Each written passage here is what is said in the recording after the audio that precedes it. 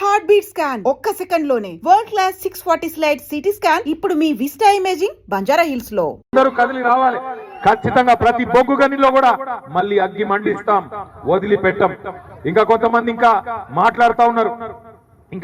మాట్లాడుతూ ఉన్నారు. సింగరేణిలో సమస్యలు ఉన్నాయి. నేను ఒక మాట అడుగుతా, ఏమనుకోవద్దు తమ్ముళ్ళు మీరు కూడా. సింగరేణి బెల్ట్ మొత్తం మమ్మల్ని ఒడగొట్టి ఇలా ఈ బ్యానర్లు పట్టుకుంటే ఏమొస్తుందా నాకు అర్థం కాదు. గాడిదలకు కట్టేసి ఆవులకు పెడితే పాలు వస్తాయా? చెన్నూరులో ఒడగొడితిరి, మంచిర్యాలలో ఒడగొడితిరి, రామగుండంలో ఒడగొడితిరి, భూపాలపల్లి ఒడగొడితిరి, అంత బెల్లంపల్లిలో ఒడగొడితిరి. అంతటి ఒడగొట్టి ఇవాళ కత్తి వానికిచ్చి యుద్ధం మీరు చేయరంటే ఏం చేయాలి మరి? కేసీఆర్ చేసినప్పుడేమో బ్రహ్మాండంగా సింగరేణి కార్మికులకు బోనస్ ఇచ్చి, ఫిట్మెంట్ ఇచ్చి, మీకు ఇచ్చిన 10 వాగ్దానాల్లో 9 అమలు చేసి బ్రహ్మాండంగా మిమ్మల్ని కడుపులో పెట్టుకొని చూసుకుంటే మా వాళ్ళనేమో ఇంటికి పంపిస్తారు. ఇవాళనేమో ఇక్కడ కాగితాలు పట్టుకొని నిలబడతారు. ఏం చేయాలి మరి? కత్తి వానికిచ్చి యుద్ధం మమ్మల్ని చేయమంటే ఇది ఎక్కడ న్యాయం తమ్మి? ఇవాళ కేసీఆర్ అన్నా మీరెక్కడ? బీఆర్ఎస్ వాళ్ళు కొట్లాడాలి, బరాబర్ కొట్లాడతాం. కానీ కలిసి రండి, కదిలి రండి. మీరు ఇక్కడ గెలిపించిన ఎమ్మెల్యేలను ఫస్ట్ కళ్ళబట్టి నిలదీయండి. ఏం దిక్తుండ్రు మీ ఎమ్మెల్యేలు? ఏం దిక్తుండు మీ చెన్నూరు మంత్రి? ఏం చేస్తుండు మీ మంచిర్యాల ఎమ్మెల్యే? ఏం చేస్తుండు మీ బెల్లంపల్లి ఎమ్మెల్యే? పట్టుకొని అడుగును. ఇదేనా వాళ్ళు ఇచ్చిన మాటలు? అభయహస్తం మేనిఫెస్టో అన్నారు. సింగరేణి గురించి థియేటర్ఫుల్ మాటలు చెప్పిండ్రు. ఇలా అభయహస్తం మేనిఫెస్టో భస్మాసుర హస్తం అయింది. మీ నెత్తి మీద మీరే చేయి పెట్టుకొని బూడిదయ్యే పరిస్థితి వచ్చింది. అందుకే నేను అంటున్నా, ఓటేసేటప్పుడు కేసీఆర్ గారు చెప్పిండు, చిల్కకు చెప్పినట్టు చెప్పిండు. ఏం చెప్పిండు? రైతు బంధుకు రామ్ అవుతుంది, దళిత బంధుకు జై భీమ్ అవుతుంది, మిగిలినది మొత్తం తెలంగాణను అమ్మకదొప్పుతారని చెప్పిండు. విన్నామా మనం? మీరు వినలే. ఈ జిల్లాలో ఈయనకు ఏమైంది? ఇవాళ భస్మాసురాస్తం వచ్చింది. ఈ దరిద్రం ఎప్పుడు పోతుందా అని చెప్పి ఎదురు చూసే రోజులు వచ్చినాయి. ఇంకొక 2-2.5 ఏళ్ళు ఇల్లే ఉంటారు. మనం భరించాలి. ఒకసారి తప్పు చేస్తే 5 ఏళ్ళు భరించక తప్పదు. అందుకే బాయిల పడుతున్నామా, బొందల పడుతున్నామా చూసుకోకుండా ఎలక్షన్ రాగానే ఆగమాగమురికి అడ్డమైన వాళ్ళకి ఓట్లేస్తే ఇదే అవుతుంది. దయచేసి నేను మా సోదరులను కూడా కోరుతా ఉన్నా, నిరాశ పడకండి. గల్లా బట్టి నిలదీసి ఖచ్చితంగా మళ్ళీ బోర్డు పెట్టించి మీకు ఉద్యోగాలు ఇప్పించే బాధ్యత కూడా మేమే తీసుకుంటాం. తప్పకుండా మీకోసం కొట్లాడతాం. కానీ మీరు ముందు గెలిపించిన ఎమ్మెల్యేలను మీరు అడగండి, పోయి రిప్రజెంట్ చేయండి, గట్టిగా అడగండి.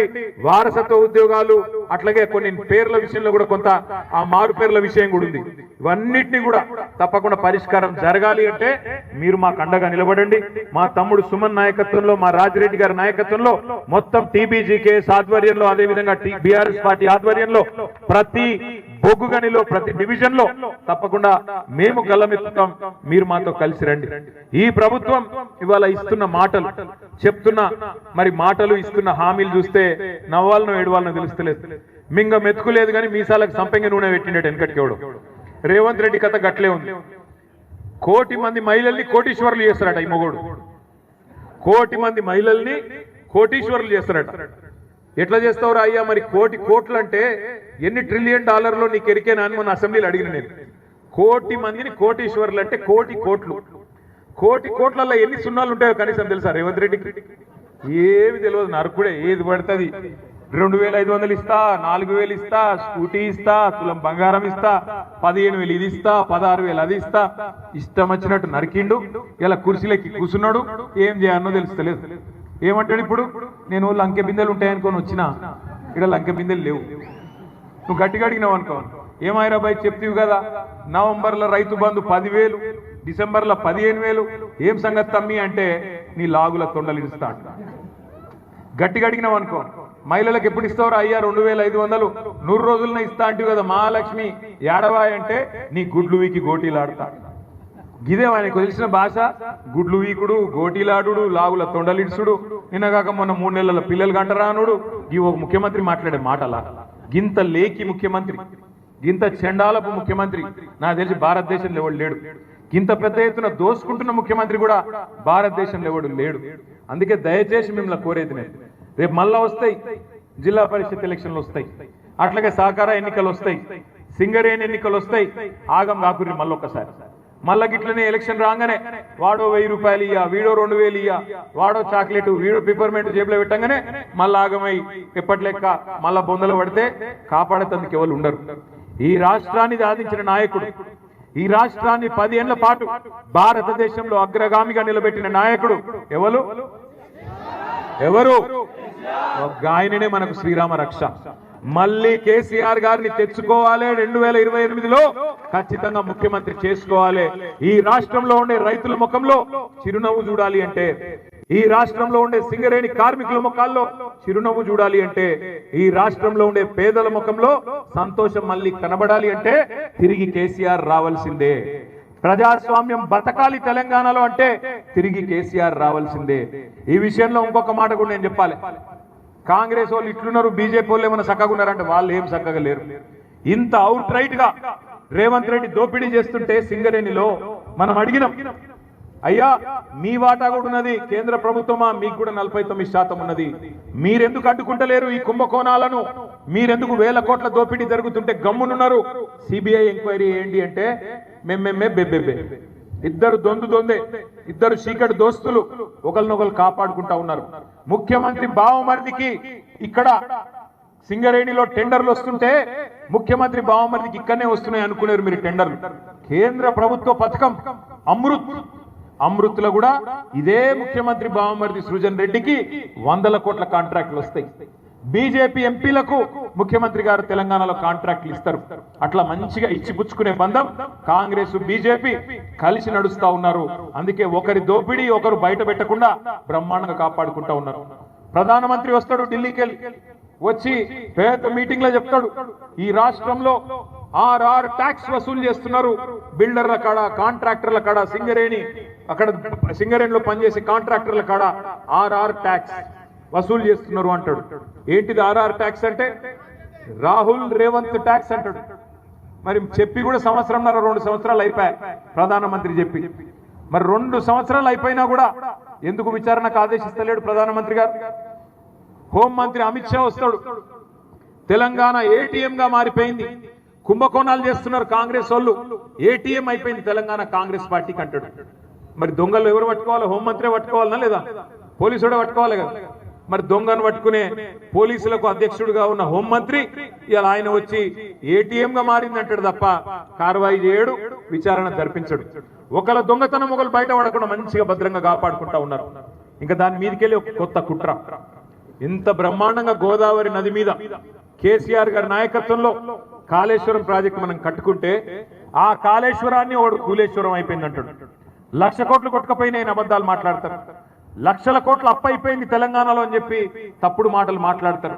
ఇట్లా ప్రజలను ఇంకా కూడా 2.5 సంవత్సరాలు గడిచిన తర్వాత కూడా 3 బడ్జెట్లు ప్రవేశపెట్టిన తర్వాత కూడా 3 నెలల్లో అమలు చేస్తామన్న హామీలు అమలు చేయకపోగా ఇంకా కూడా ప్రజలను మళ్ళీ బుకాయించే ప్రయత్నం చేస్తా ఉన్నారు కాంగ్రెస్ బీజేపీ 2 పార్టీలు కలిసి. కాళేశ్వరాన్ని ఇవాళ కూలేశ్వరం అయిపోయిందంటున్న సన్నాసులు నేను అడుగుతా ఉన్నా, 2014 ముందు తెలంగాణలో పండిన పంట ఎంత? 2021-22లో పండిన పంట ఎంత? కాంగ్రెస్ ప్రభుత్వం ఉన్నప్పుడు ఆనాడు తెలంగాణ ప్రాంతంలో 2014 ముందు దుర్భిక్షమైన పరిస్థితులు ఉన్నమాట వాస్తవం కాదా? తెలంగాణలో పంటలు ఎండిపోయి నీళ్లు లేక ఆఖరికి బోర్ల మీద ఆధారపడ్డ రైతులు బొక్కబోర్ల పడ్డ మాట వాస్తవం కాదా? తెలంగాణలో ఆనాడు 24 లక్షల మెట్రిక్ టన్నులు పండే పరిస్థితి నుంచి కేసీఆర్ వచ్చినాక 1,50,00,000 మెట్రిక్ టన్నులు పండిన మాట వాస్తవం కాదా? భారతదేశం మొత్తంలోనే పంజాబ్ ను హర్యానాను తలదన్ని నెంబర్ 1 రాష్ట్రంగా తెలంగాణ నిలిచిన మాట వాస్తవం కాదా? ఇది కాళేశ్వరం పుణ్యం కాదా? ఇలా మాట్లాడుతున్నారు. ఇక్కడికి వచ్చి ఆదిలాబాద్ జిల్లాకు వచ్చి తుమ్మిడి అట్టి కడతాం, ఎక్కడ కడతావు కనీసం ఐడియా ఉందా? డిపిఆర్ ఉందా?